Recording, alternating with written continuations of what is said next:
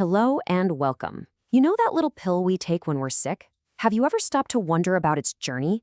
How does a simple idea in a lab become the medicine that ends up in your hands? Well, today, we're going to follow that incredible, long, and complex path together. I mean, you've probably wondered about it at some point, right? How much science, how much time, and how much sheer human effort is packed into that one tiny pill? Let's find out. Okay, so this right here, this is our map for the journey today. We're going to follow a potential new drug through every single one of these gates, from that first spark of scientific discovery all the way through clinical development, approval, and finally commercialization. All right, let's dive right in. Every single new drug starts as a tiny spark in a lab. We call this basic research. It's all about digging into the root cause of a disease to figure out a way to control it. This basic research phase is generally broken down into 4 steps. First, scientists pick a target, like a specific protein or gene that's causing the disease. Then, they search for a hit, which is a compound that actually interacts with that target. From those hits, they identify the most promising lead compounds. And finally, they optimize that lead to make it safer and more effective. It's kind of like searching for a single grain of sand on a massive beach. And just how massive are we talking? We'll get this. To find just a handful of promising hit candidates, scientists sometimes have to screen over 1 million different chemical compounds. 1 million! It's like trying to find one specific special star in the entire night sky, an absolutely enormous undertaking from the very beginning. Okay, so let's quickly clear up some terms here. A hit is basically any compound that showed some kind of reaction with the target. But a lead? Well, a lead is an elite member of that group. It's a hit that not only shows a solid effect, but also looks like it can be developed into an even better drug. So the research team really focuses all their energy on these leads. All right, so our elite candidate has been chosen, but it's way too early to test it on people. Before that can ever happen, it has to survive an incredibly tough series of tests.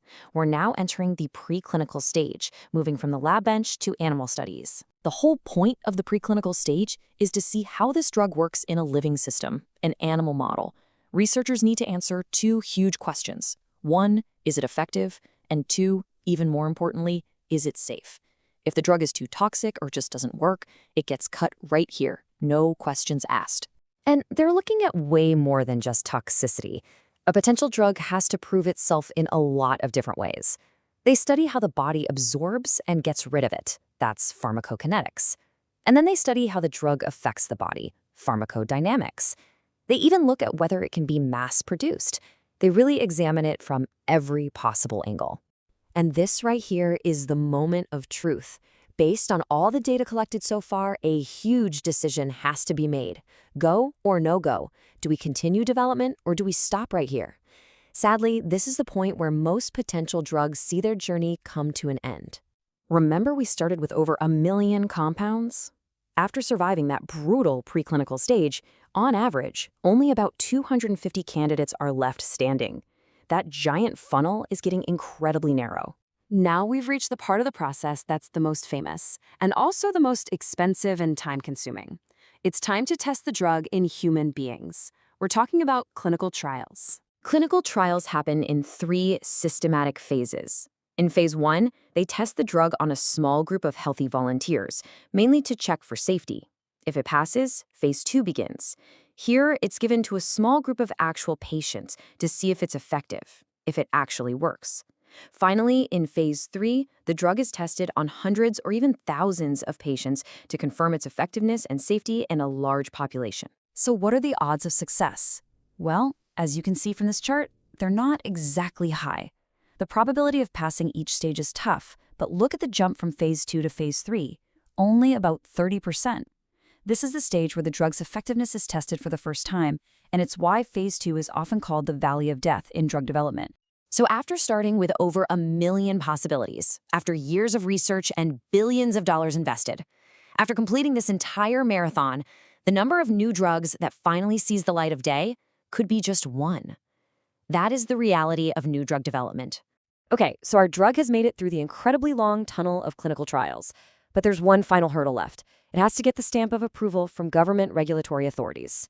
At this stage, all the data from all those years of research gets compiled into a new drug application, or NDA, and submitted to an agency like the FDA. They review everything, and if they approve it, Then pricing and insurance coverage are determined, and finally, the drug can be launched to the market. But the story doesn't end there. Even after a drug is on the market, it's constantly monitored for any long-term or rare side effects that show up when it's used by millions of people in the real world. This is called post-marketing surveillance or phase 4 trials. So we followed the journey of a single traditional new drug. It's been a long and difficult road, right? But as technology advances, the future is starting to look even more exciting. We're seeing personalized treatments like gene therapy and cell therapy, and even software like apps or video games acting as medicine. These are called digital therapeutics. The very definition of what a drug is changing right before our eyes. So what will the new drugs of the future look like? I'll leave you with that thought to ponder. Thanks for joining me today.